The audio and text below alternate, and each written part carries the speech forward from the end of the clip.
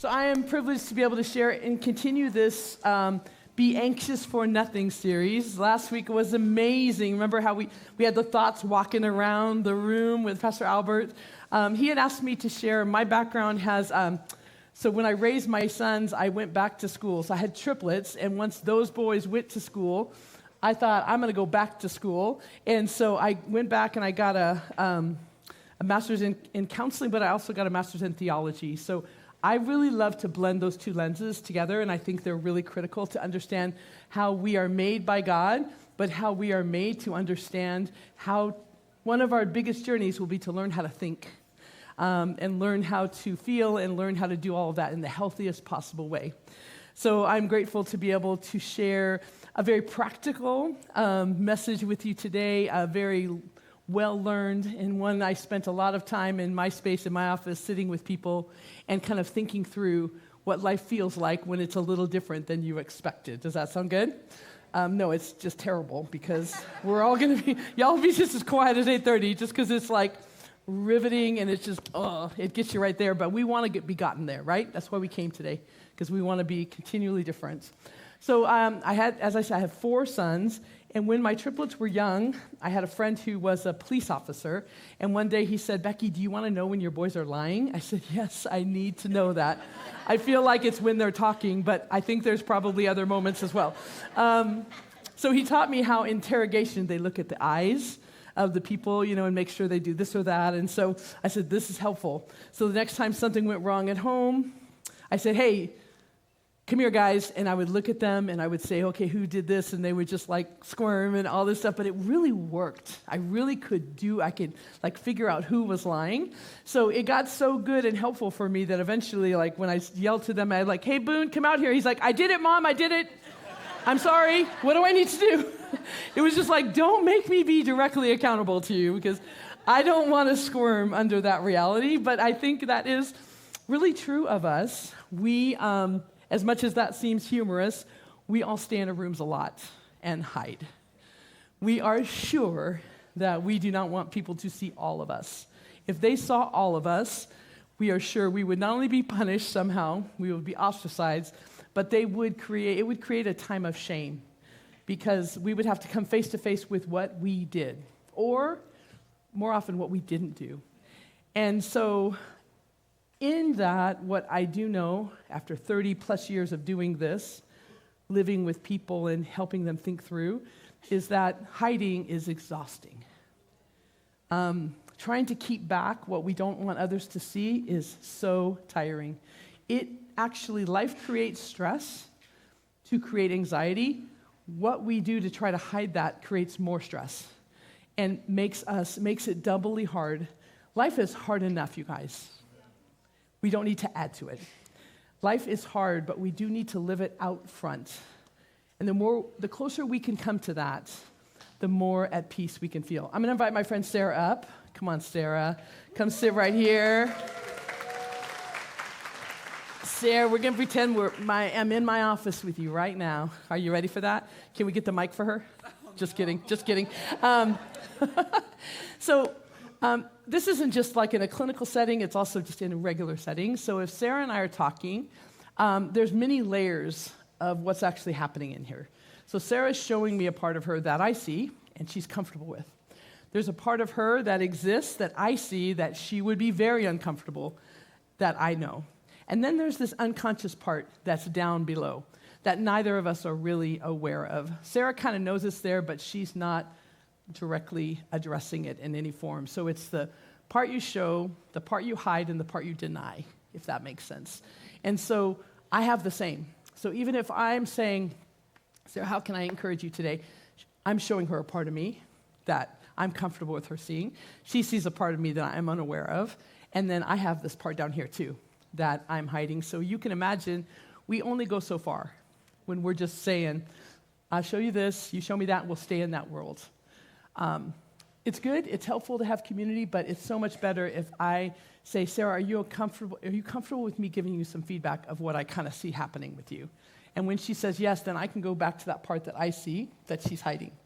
And when she sees, "Oh, that's okay," and I'm a little bit vulnerable too, then we're going a little deeper. But then you have the friends that say, what is really going on? What other things do you have? What's down here? For me, what's down here might be the number on the scale. So I would say, here's what's going on with me, Sarah. Wow, can you believe my scale's broken this badly? I don't know what's wrong. I need a new one. Or this could be what I keep in the drawer. For me, it's always a financial paper. It's like looking at my bank statement, looking at the credit card statement, feeling a sense of shame because Christmas went a little overboard and I'm still figuring my way out of it. That kind of stuff that I don't like to look at, I put away completely. It's in a drawer. The problem is, while it's in a drawer, it's affecting how I talk to Sarah because I'm feeling defeated by this thing that I'm not even looking at. So that sense of like what's hidden has to come out as well. So when I trust Sarah, which I do, to such a point that says, okay, look at, this is where I'm at. I'm behind in all these things. And I have several friends that I can do this with and say, they'll just say, let's open that drawer and take a piece of paper out. Let's just look at one thing at a time. Because that's also what God does. God doesn't say, that drawer is a mess. It's going to destroy your life. He's like, what if we took one piece out? What if we just took one piece of what you're hiding and not just hiding, but in denial of, you're saying it doesn't exist. What if we just took one piece out and looked at it and actually brought in some help? Because if you could have done it, you would have done it, but you need help doing it. You need someone to help you think through what you're afraid of, basically. And so when Sarah and I go from her showing me one part of her to me giving her feedback on what I see to then breaking out, like, what's in your drawer, Sarah? Do you want to share that? Can we get the mic over here for Sarah? When we can share all those things, I feel so safe. I feel like she knows everything, and she's okay with me. In fact, she will communicate probably in our conversation that she admires me more for being honest and vulnerable with her. But I just feel like Sarah is now the kind of person I can just sit with for hours and not even have to talk because everything's already said. Does that make sense? That is where we need to be because that's where we make progress. Can we thank Sarah for a pretend counseling session? So that is enacted day after day after day in all kinds of conversations, whether they're intimate conversations, even with your spouse. We're always working with those layers, with the layers we're comfortable showing, with the ones we're uncomfortable even hearing feedback about, and then with the ones we're in denial about. But the more we can bring up all of that stuff and lay it out on the table, the healthier we're going to be. And this isn't just us. This happened like in the Bible. So I love John 21. John 21 is a conversation like this between Peter and Jesus. So Jesus has died. He had already told Peter, you're going to deny me 3 times, which Peter does in a very public way. Jesus dies, rose again. He's already appeared to them. And now they're out fishing, and he comes to the shore and like, have you caught anything? No, throw your net on the other side. And they start getting this haul. And Peter realizes it's Jesus, jumps in the water, swims over, and he's making them a fish fry. So they are sitting by the shore, all the disciples and Jesus having breakfast together. And in the midst of this breakfast, it's kind of like Jesus looks at Peter and just zeroes in on him. And remember, there's a part of Peter that he's showing. There's a part of Peter that he's hiding. Namely, I just denied this guy 3 times. There's a part of Peter that he is unaware of that Jesus just right now wants to show him. So in front of everyone, he says, Peter, do you love me? Peter's like, yes, I love you. Feed my sheep. He asks again, Peter, do you love me? He says, yes, feed my lambs. So there's this conversation going on here where it's kind of getting from what you're showing me to what I'm seeing, and then ultimately, Jesus goes down here and says, Peter, do you love me? And Peter's response is very clear that he is now recognizing Jesus can see it all. And he's like, you know all things. Do I love you? Is it even here anymore? It's Peter saying, let's dig everything up. Let's put it out here, not only in front of you and I, but the disciples, and let's just see if I actually love you. That's Peter going to his fears, his greatest fears, and in front of Jesus being reconciled with them to say, I actually want to know if we're okay after what I've done. And if we're okay, if I'm actually okay, Peter saying, to continue to live this life you called me to live and said I would live. Remember, Jesus said, you're going to be the rock. On you, I'm going to build the church. Peter can't imagine doing that after he denied Jesus 3 times. But Jesus is like, the only way you're going to know you can do that is if we sit here and do this conversation in front of these people where we can lay it all out and you can know I am still for you. And you do love me, Peter. You're a mess, but you do love me and I do have a plan for you. That is the kind of conversation we can have with God too. If we think that it's fearful to talk to other people and try to get below those layers, what would it be like to talk to God when we actually know he sees us fully? But it's actually good news that he sees us fully, because underneath the part of fear is this purity. We do. I have seen so many of you, your heart is pure gold. It's a mess and hard to live, but if you invite Jesus to say, is there anything good in here? Do I actually love you? There would be a really clear response that yes. Not only do we love God, but he desperately loves us. When we get honest with God, what we see underneath there is pure gold. What is hidden is not dark, it is fearful. And it creates anxiety, and it creates stress. And the truth is, many of those things that are underneath there are caused from a decision and a reality that God allowed in our life. And it's caused us to hide from him ever since and think that he is no longer for us because he didn't do what we asked him to do. And that causes shame in us because it's not his fault, it must be mine.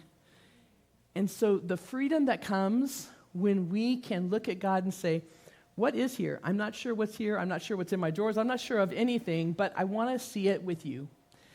That gives us peace because the hiding is exhausting. And I have said this for years, when your life is overwhelming, you don't have the luxury of also being afraid because you're living out your fears, living them out. So when your reality is overwhelming, you need to find that peace that comes with openness, honesty, vulnerability, and inviting others into the craziness of your life. So we're going to talk about how to do that. But one of the first ways I want to address that is to recognize that in order to live a life you weren't expecting, you need to have some capacity. You need to be able to flex a little bit.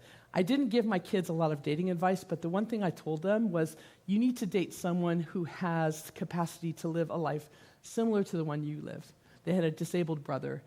We were divorced. It was hard. We didn't have a lot. So they had a very different kind of life than I wanted for them.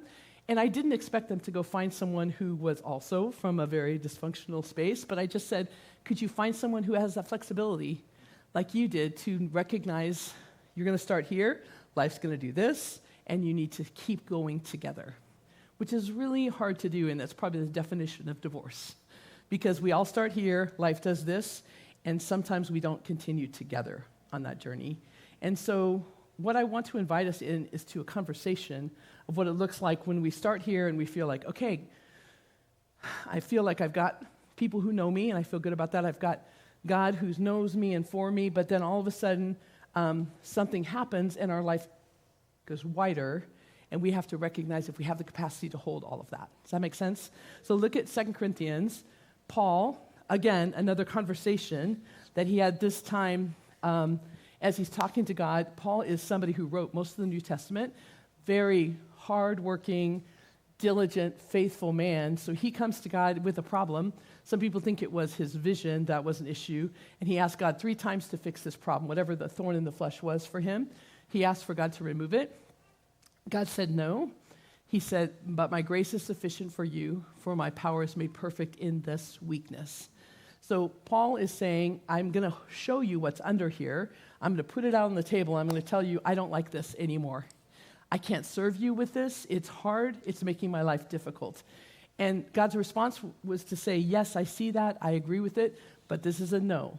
This is something you're going to live with, and you're going to see my power made perfect in this problem, which sounds super spiritual. And when we talk at church, we all say that to each other, like, this hard thing, boy, have I seen God in it. It's really been great. We go home, and then we die trying to live it on Monday. Because when God says no to fixing something that's wrong, you now have a chronic problem. And that means every single day is a little different than you thought it would be. And so that means every single day you need to figure out, as God is giving you sufficient grace, how you actually live with your feet on the ground. And I can be as spiritual as anyone. God means everything to me. But it's still hard to live sometimes what he's put in front of me, or what my own failures have put in front of me, or what someone else's choices have put in front of me. When life is more full, I have to recognize I need to be a little more strategic, because this is overwhelming to me. I am feeling like I can't get up in the morning. Because what is spiritual and cognitive becomes physical quickly. Stress can mirror almost any serious illness. And stress can make you feel like you're having a heart attack. Stress can make you feel like you're having a stroke. Stress can make you feel many, many things because it is that overwhelming to your body. And once you get to that space, my first recommendation for people is to say, you need to go to a medical doctor. You are describing symptoms that are very serious. And I know you're overwhelmed and you're stressed, but you need to start there. You need to make sure you're actually okay. And you're going to sit with the doctor, and very likely if you are under a lot of stress, what the doctor will tell you is, this is not a physical thing, your heart is fine, but I recognize you have chest pains and you have all of this, so you have a lot of stress. So let's talk about how to address that stress.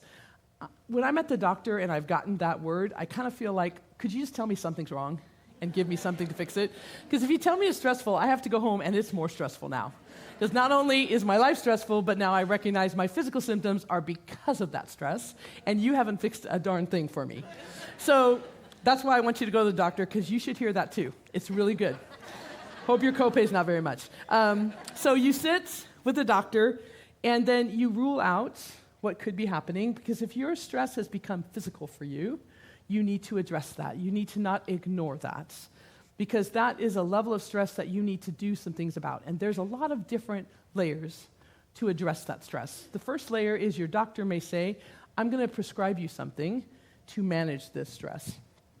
I have heard a doctor tell me that, and the first thing I said was, oh, no, I'm a Christian. I don't need that. I have Jesus.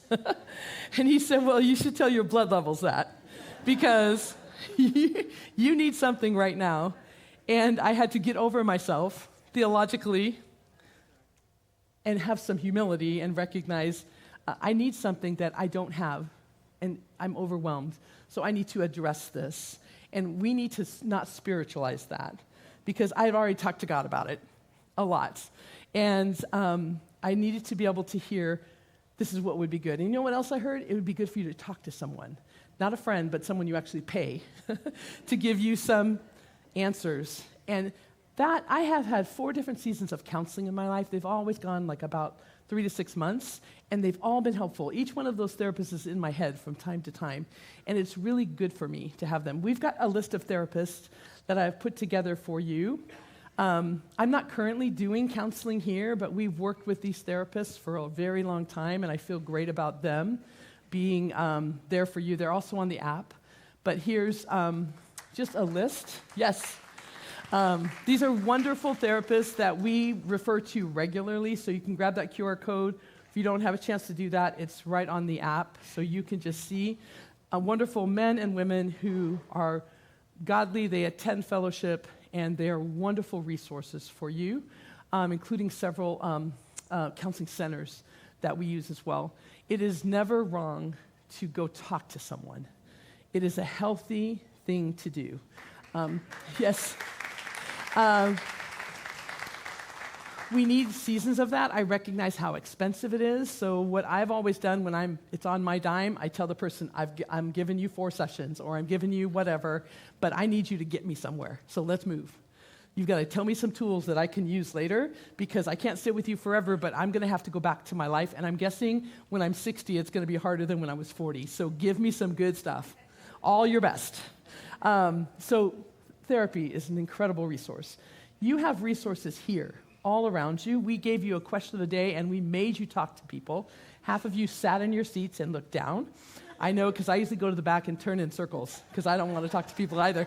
So question of the day gets up and gives you a chance to interact with someone. You came to church to be around people, otherwise you would have watched it at home. So talk to people. It's good for you to say hello to someone. Get out of your comfort zone. Even if you just say hello and maybe not even answer the question, it's just good for you to talk to them.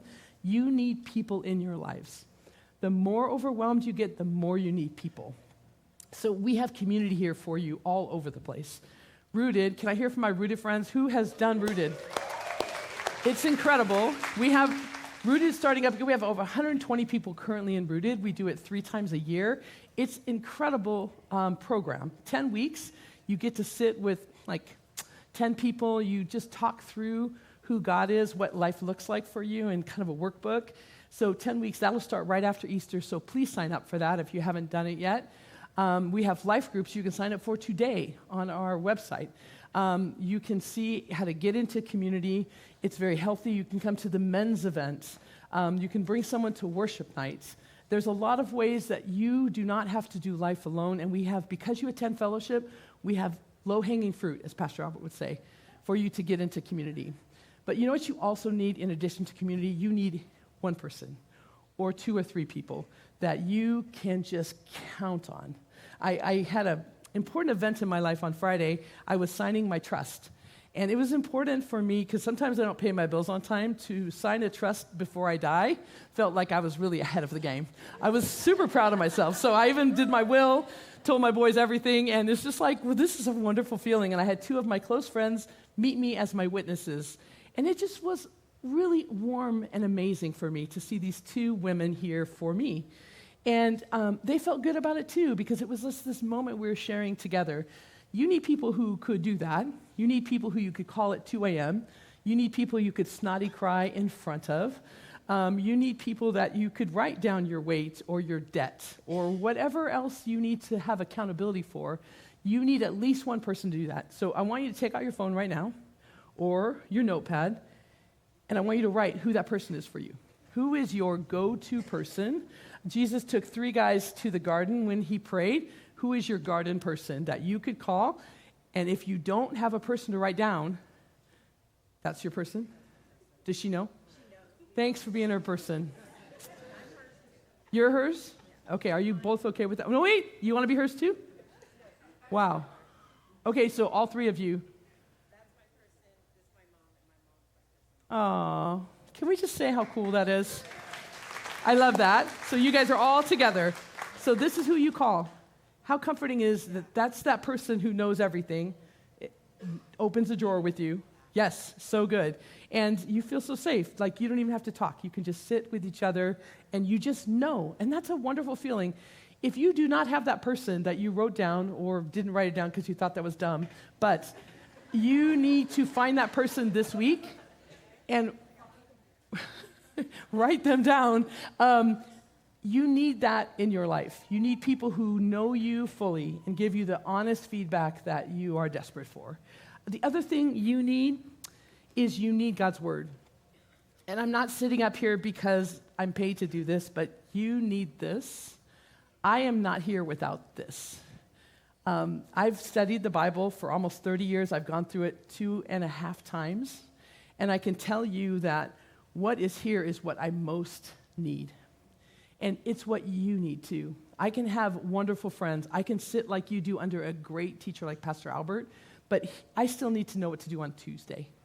So this deep study, and you can learn how to do soap in your life group. They'll teach you how to do it. It's just a way to get into this a little bit more, and this is what you need. Don't just drop it open. Turn the page. You need to know, I studied this today, I'm studying this tomorrow, it's going to be what I need. And that is where you need to land, that all of these layers of resources need to be there for you, because what you'll learn in here is that the most valuable resource you have is God himself. I love Hebrews 4. Hebrews 4 says we have a high priest. If you think about the priestly system in the Old Testament, they were the ones who would make sacrifices. The people couldn't talk directly to God. The high priest would go into God's presence. And so Jesus, after he died, Hebrews talks about how he is a high priest. And because he's our high priest, we hold firmly to our faith because he was a man, lived a life like ours. He was tempted as we are, yet without sin, which means he lived like we did but didn't take Advil. He didn't have some divine way to erase pain. He didn't have some divine way to erase his hunger when he was in the wilderness for 40 days without food. He didn't have some divine way to erase the betrayal he experienced, even from his family and many, many others. He didn't have a divine way to erase the pain on the cross. He was tempted as we are, yet did not sin. He lived a life for us. We know he died for us. And I'm so grateful for that victory on the cross that we're going to celebrate in a couple weeks. But I'm also equally glad that he lived for me. So in those deeper moments, he understood all the limitations it means to be human and to long for all these things that we may not see here. But we have a God who understands. And if you can believe that you have a community that gets you and a God who gets you, then you need to get you. And I think that might be the final frontier. I've heard forever that you need to have self-care. And self-care means nothing to me. I don't even know what that even looks like for most of my life, because I had 4 little kids by myself raising them. So I'd go to my therapist and she said, you have high expectation and little reward. I said, what's a reward? We're like having hamburger helper tonight. She said, this is a reward. At the end of the day saying, Becky, good job. They were a mess, but they're alive still. You have another day. It's a sense of saying, you're okay, and you're going to be okay. But one of the ways we can do that for ourselves that actually helps ourselves is to be a little bit more strategic. So I want to show you a fun drawing. I did draw this for the last service, so you got to know I'm an old coach, so I love drawing things because it makes me feel like I'm drawing out my plays again. Okay, you see this thing? Looks like a whiskey barrel. We're going to say that's a planter. You know how people plant stuff in that? So it's one of those wooden barrels, and it has those metal bands around it, right? That's you. That's all of us. We all are this container, right? And we have a spigot at the top, and we have a drain at the bottom. See that? Constantly input, constantly outflow. So when the spigot gets turned up on top, we feel overflowing. When it gets turned down and the drain is going strong, we begin to feel that. And we feel it in practical ways. So when this source of life goes down into here, this first band, we feel it. We're kind of getting a sinus head, like a headache, tension in our shoulders. We respond very unkindly to almost anyone who looks at us. We're starting to get physical and emotional symptoms when we are feeling more drain out of us than is filling us. Simple, right? And when that happens, wisdom says we do this. Find something that turns us back up. Turn on the spigot harder. Go this way. But the problem is, because we're already irritated with everyone, we'll make other decisions that take us lower. And that we cannot do, because once we get into this world, we're not very safe. And down here at this lower band, you're in the hospital. Because your stress will create very real physical symptoms that are not going to allow you to function at some point. So we got to know it's not just stress. It can take you out. So we have to be wise to realize when we are getting to this danger territory, we've got to know, we've got to do something right away that turns us up. Go to bed. Get more sleep. Drink a glass of water. Just the practical, simple things. But wisdom says we don't get down this low because we know who we are and we prescribe ahead of time what we need to do. So, for example, if we say, hey, I'm full up here, but I want to stay full. So I'm going to plan my day, week, month, year to keep me full. Because, you guys, stuff's going to happen you don't expect. So the very least you could do is give yourself a break and do whatever you can to fill yourself up. So if you have 5-minute aggregate of time, just 5 minutes, what could you do in 5 minutes that does this for you, that turns you up? Like I used to, when I would be here in my office, I would walk around every few hours and like take a lap around and bug people in their offices. It's my favorite. I would look for food, I would forage, I would do all things, but it was just like my favorite thing to reset. So that was my 5 minutes thing. I sometimes now watch videos of Shohei Ohtani hitting home runs. He's amazing. He's also 6'4" and really handsome, but he's a Dodger. So, of course, win-win for my 5 minutes recharge. Okay, what do you do if you have 5 minutes? Go ahead and tell me. Yes? Okay. Alan, man, that won't be 5 minutes, though, buddy. It might be a little shorter. Right? Yeah. I love talking trash. It's my favorite. I'm a Bruin fan, which means we can talk trash everywhere. We know how to take it. Wins and losses. I love that. You got your team, you watch what makes them great. That's why I've been watching these Dodger games. I don't know if you know, we've won 2 World Series in a row. They're all online.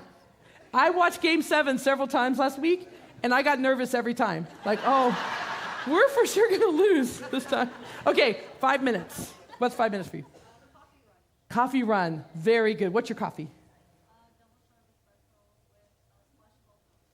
Double shot of espresso with a splash of oat milk. Ooh, that sounds really good. Okay, that you're going for a while. Yes?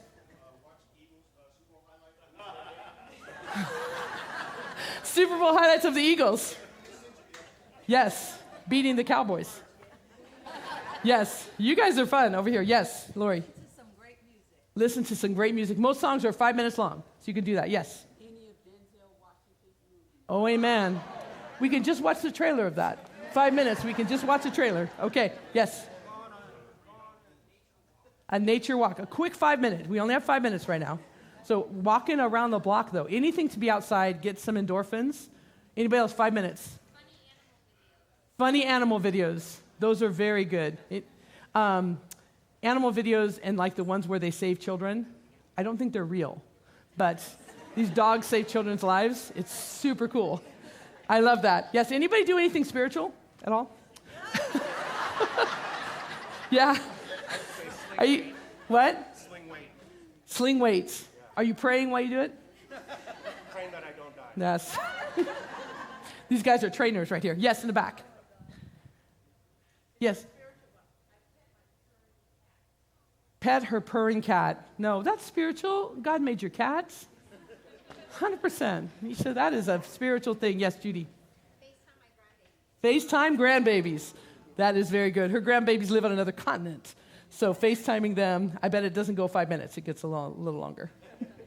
5 minutes. Do you see what you could do for 5 minutes? Your job is to think about 2 or 3 things that you would do in 5 minutes time, all right? Get that list somewhere in your mind, okay? Next thing is if you have 1 hour, what would you do if you have 1 hour? How would you refill in 1 hour? That's the nature walk, definitely. Yes. Go for a walk. Yeah, walks are great. Yes, right here. What? Drawing. I love that. I got some books that are like drawing for kids, and I'm drawing all these flowers. I love that. The drawing is really fun. Yes. Watch what?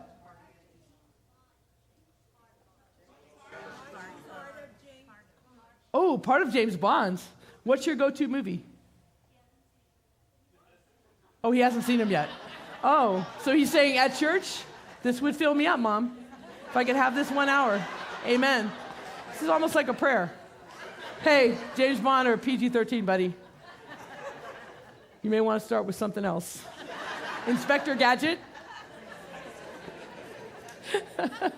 I love that. Start from Russia with Love. That's a good one. Yes. Read. Reading is good. So if you have an hour's time, yes. Take a nap. That's my jam right there. Nobody's praying still. Okay, right here. What? Prepare dinner. That's huge. Having time to do that and just everybody leaving you alone, that's good. Okay, if you have half a day besides prayer, what would you do if you have half a day? Yes, like 3-4 hours in a row. Yes. Play Mahjong with your friends. Like a friend gathering. Yes, yes. Go for a beach for a walk and pray and thank God for his nature. Okay, who else? 3 or 4 hours. Go to the spa. I'm going tomorrow with my sister. You need 3 or 4 hours. At Burke Williams, just say, give me the shortest massage you have, and I'll stay for the rest of the time. It's so good. It's so good. Anybody else, if you have half a day? Yes. Clean. You know what? That's a good thing. Yeah, going through and having everything cleaned up. Yes, one more.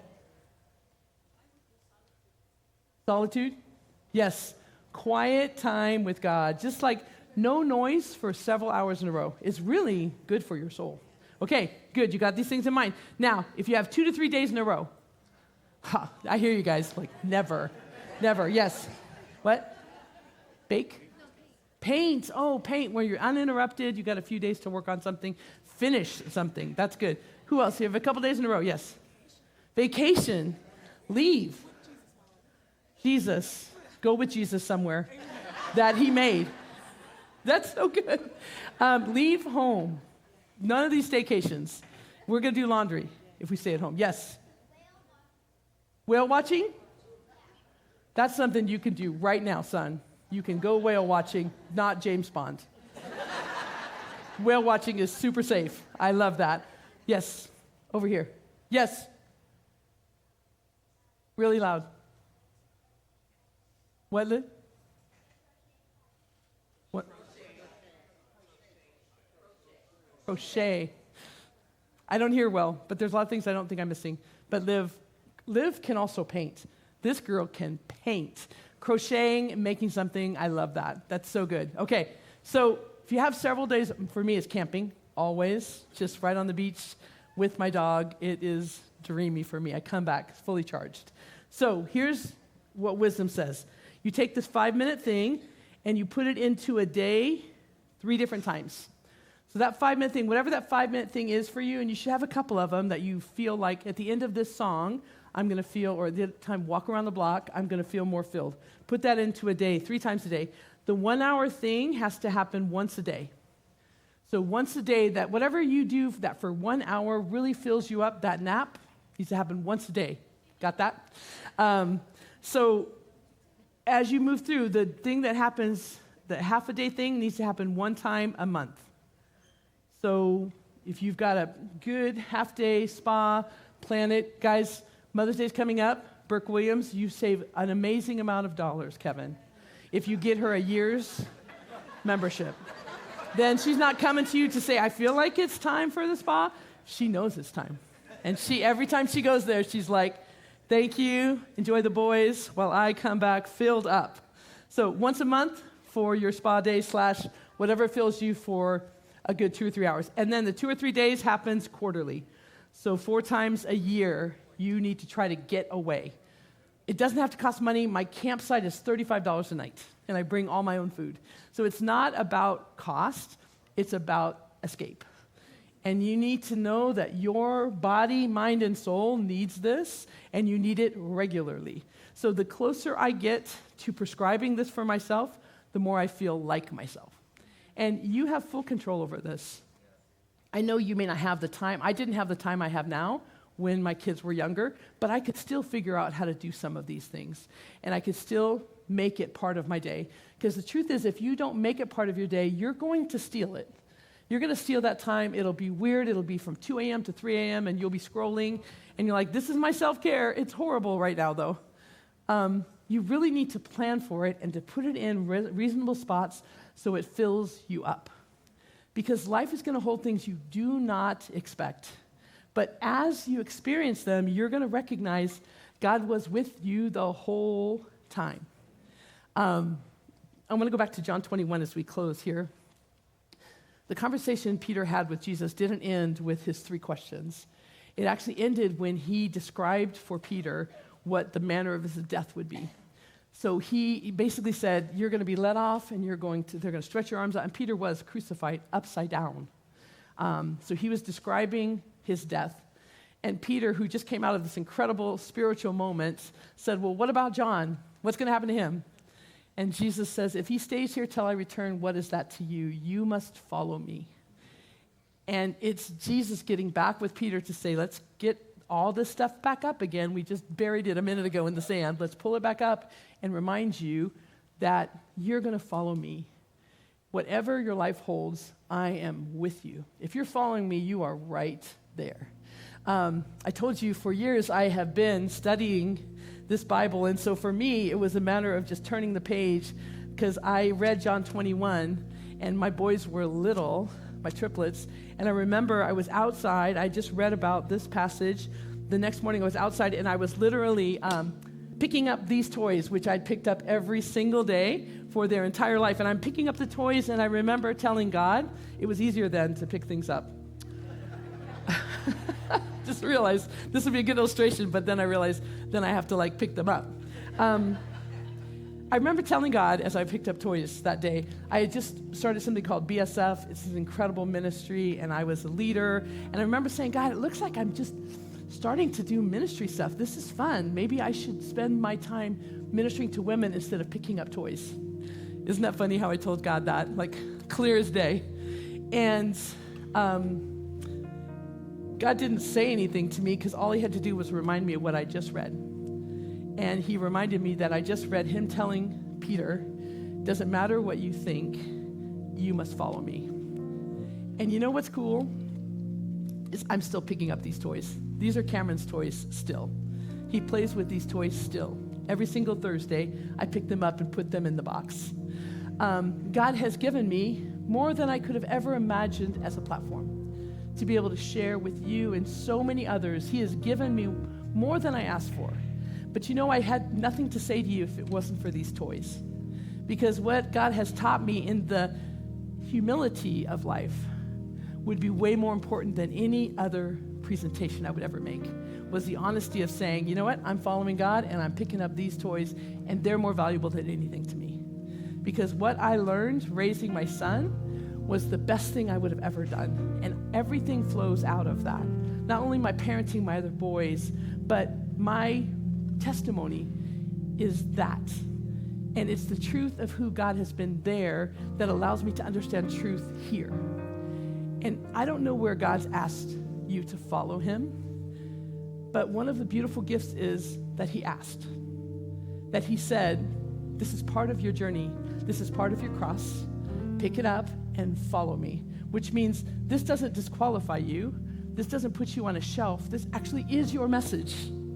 And when you pick this up and follow me, there is purpose beyond your wildest dreams. But there's also this sense of transparency that this is not hidden, it's the reason. So there's nothing that creates shame in us because it's all out in front. There's no hiding, and there's peace. Because you know what? This life has been a lot to live. It's still a lot, and it will always be a lot. So I don't have the luxury of also hiding it because there's nothing shameful here. It is the truth, and the truth protects us, but only when it's out. So friends, we need to recognize that our relationship with God is foundational. Outside of that, we have people, and then we need to take care of ourselves in the midst of that. But I want to help us think through, for those of you who have never recognized that God is for you. My little therapist used to say goodbye to me and put her hands up on my shoulders and say, Becky, I'm for you. And it felt so good. She wanted me to know that I had just been honest with her and vulnerable, and that didn't push her away at all. God is for you, but you may have come today and never let him know that you're for him. You may have never asked that perfect life to cover your sin. And we're going to bow our head and close our eyes and give you an opportunity to do that in just a moment. But as we bow our heads, all of us around the room, if you want to have that personal relationship with God and you have just come here today and you realize that's what you're missing, would you just lift your hand in the room so I could see it, so we can pray for you? If you want to begin that relationship with God for the very first time, yes, I see that. Thank you, thank you, thank you. Yes, while your heads are all still bowed, I want to ask all of us to pray this together. You're going to repeat after me, but for those of you that raise your hands, let's all say this together. God, I thank you that you sent your son for me, that I don't have to live a perfect life because you lived it for me. Today, I ask you to come into my life and cover my sins. I want to be honest with you, and I want to follow you. Show me how. Amen.